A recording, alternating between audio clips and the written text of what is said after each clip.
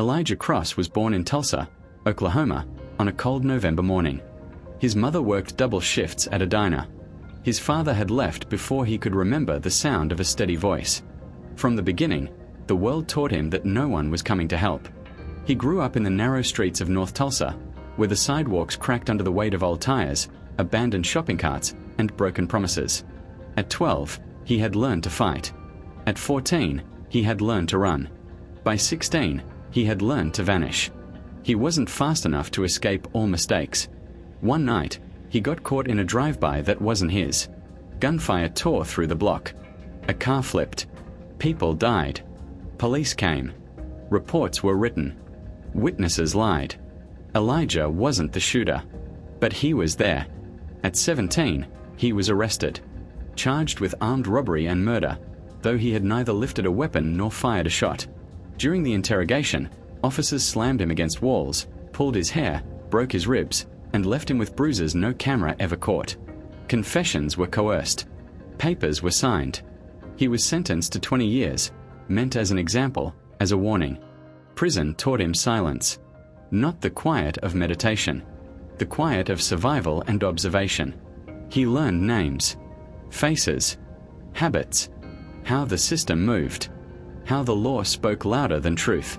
By the time he was released at 25, Elijah had memorized everyone who had pushed him into that cell. Every officer, every detective, every prosecutor. He walked out without fanfare. No one came to meet him. No one noticed. The streets swallowed him, just as they had swallowed his innocence. 2 weeks later, a former officer was found dead in his car on the highway. The windshield was shattered. The airbags had deployed. The body was slumped in the driver's seat. Cause of death listed as an accident. Nobody questioned it.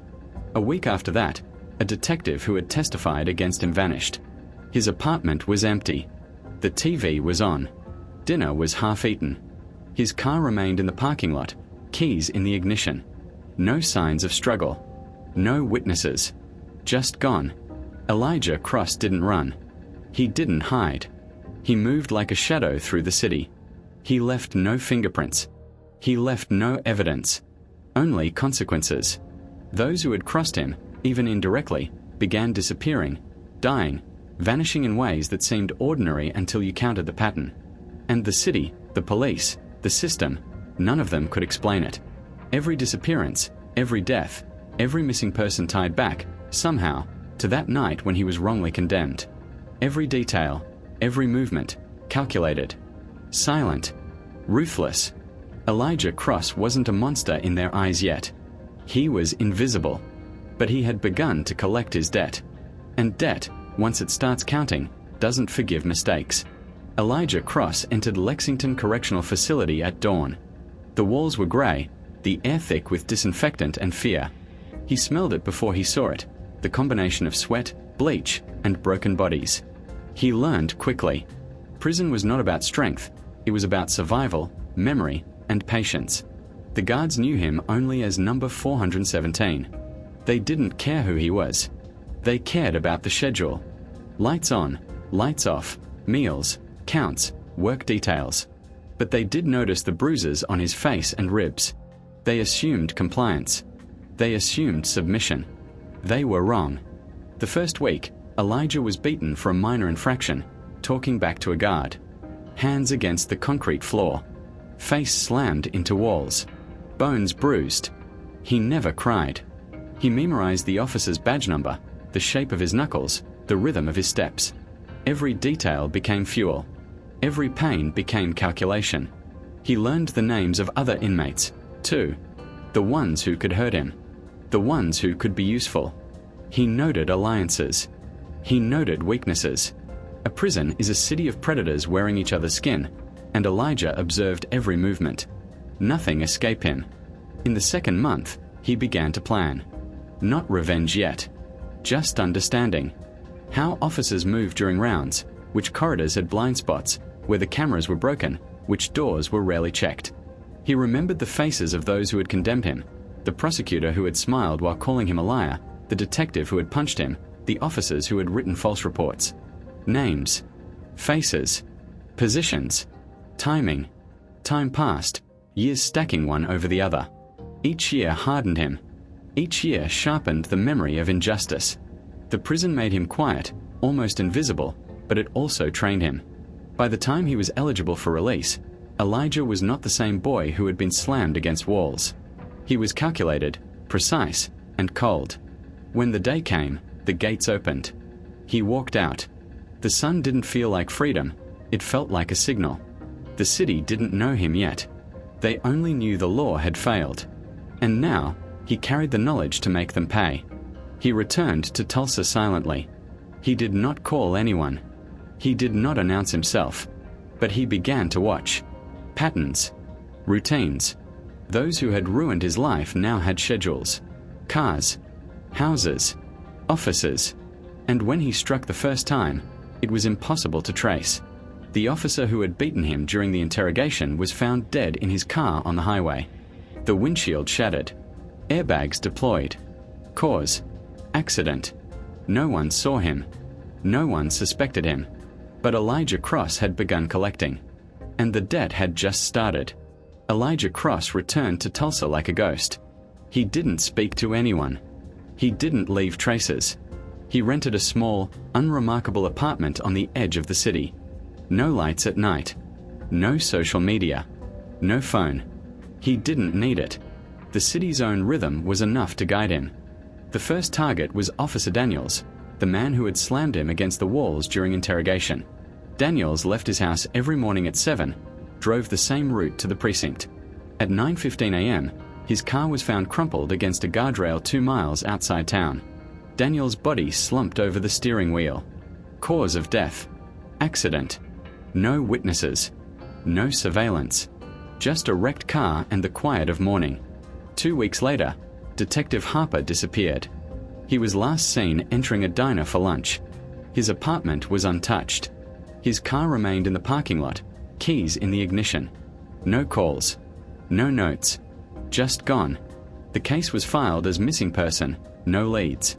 Then came Prosecutor Langston, the one who had smiled while reading the sentence. Security cameras showed him entering his office at 8:03 p.m. The next morning, he was found dead in the building's bathroom. Cause of death. Undetermined. No signs of forced entry. No struggle. Nothing.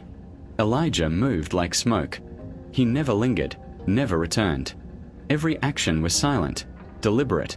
He didn't seek fame. He didn't leave notes. He didn't care about witnesses. He was invisible.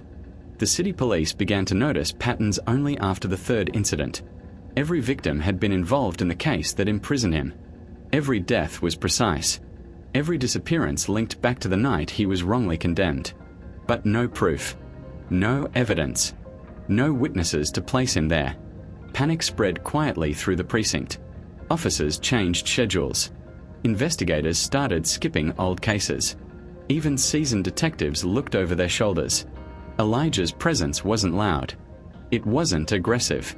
It was inevitable. By the end of the month, 3 more former officers vanished. One found dead in a remote parking lot. Another missing for weeks, eventually discovered drowned in a river. The third disappeared without a trace. The city began murmuring. Someone was taking revenge, but no one knew who or how. Elijah Cross had started a war without making a sound. A war that everyone feared, yet none could prove existed. He didn't need to. Fear itself was the weapon. And every target he chose reminded the city, silently and coldly, that justice had failed once, and now it was coming for those who had enforced it. The city began to notice. Not immediately. Not openly. But officers whispered in halls. Detectives double-checked schedules. Prosecutors reviewed old files. Something was happening, and it wasn't random. The first clue.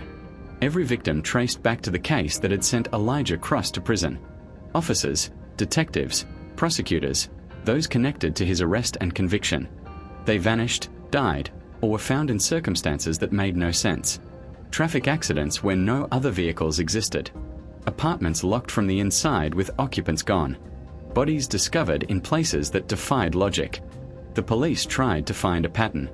Logs, schedules, cameras, witness statements. Nothing. It was as if someone moved through the city without touching it, leaving only consequences. Panic began to ripple through the precinct. Officers refused to travel alone. Detectives swapped shifts. Security measures doubled. But Elijah was always one step ahead. The fear wasn't just about death. It was about not knowing when, where, or how it would happen next. One by one, the city's system began to crack under the weight of invisible terror. Officer Franklin, last seen on patrol, was later found dead in the river. Cause of death: undetermined. Detective Monroe disappeared from his apartment, keys in the lock, coffee on the counter. Nothing else. Prosecutor Whitman's car was discovered overturned on a remote road. No other vehicles. No skid marks. No witnesses. Every case reported as an accident, disappearance, or natural cause. The public never suspected a link. Only those who had known Elijah's story quietly understood the connection. The investigators assigned to the cases began to see a cold, methodical intelligence behind the chaos. Whoever was responsible knew their routines, their habits, their weaknesses. Nothing was forced. Nothing was sloppy. Every move was precise, silent, and deliberate. Yet the police never caught him. He left no evidence. No fingerprints. No DNA. No trace of entry or exit. Every target was struck when they were alone, vulnerable, and when no one would see the first movement. By the end of the month, the precinct was a cage of nerves. Officers didn't know if the next disappearance would be their own. Investigators refused to discuss the case openly. The pattern itself became a weapon, sowing fear, distrust, and paranoia among those who had once judged Elijah Cross. The city learned something crucial. Justice had a shadow now, and it moved without mercy. Elijah Cross didn't kill for pleasure. He didn't leave signs. He didn't care about fame. He executed his vengeance like clockwork, and the law had no hand to stop it. The pattern was clear, and everyone connected to his past crime and the failure of the system would eventually face it. The city waited for an end. It never came. Elijah Cross had struck again. By now, the whispers had spread beyond the precinct. Officers, prosecutors, and detectives knew the pattern. They knew the targets. They tried to protect themselves, to anticipate, to hide. But Elijah was never where they expected him. He was always somewhere else, unseen, untouchable, inevitable. Officer Reynolds was found dead in his car, parked at the edge of a deserted parking lot. No skid marks. No signs of struggle. The cause: accident. Detective Larkin vanished during a shift. Her belongings remained at the station. Her apartment untouched. No clues. Prosecutor Daniel's body was discovered in a hotel room 3 towns away. Doors locked. Windows closed. Nothing out of place. The police tried everything. Surveillance. Sting operations. Undercover work. Phone taps. Nothing worked. Elijah left no trace. The media reported accidents, disappearances, and strange deaths. No one connected them. Only those who remembered the old case, the one that had condemned Elijah Cross, realized the pattern. Every victim had been involved in that night, that courtroom, that injustice. The city's fear became invisible. Officers avoided being alone. Detectives avoided making decisions. Prosecutors hesitated. Every step forward felt like walking into a trap that could strike anywhere, anytime. And Elijah Cross? He moved quietly, like a shadow through the streets he once knew. He didn't celebrate. He didn't taunt. He didn't speak. He simply collected the debt owed to him. One by one, silently, precisely. Months passed. The bodies and disappearances continued, but the public never knew the truth. The police officially labeled it as unrelated incidents. Case files were closed, evidence archived, leads exhausted. Yet the names of those who had wronged him lingered in memory.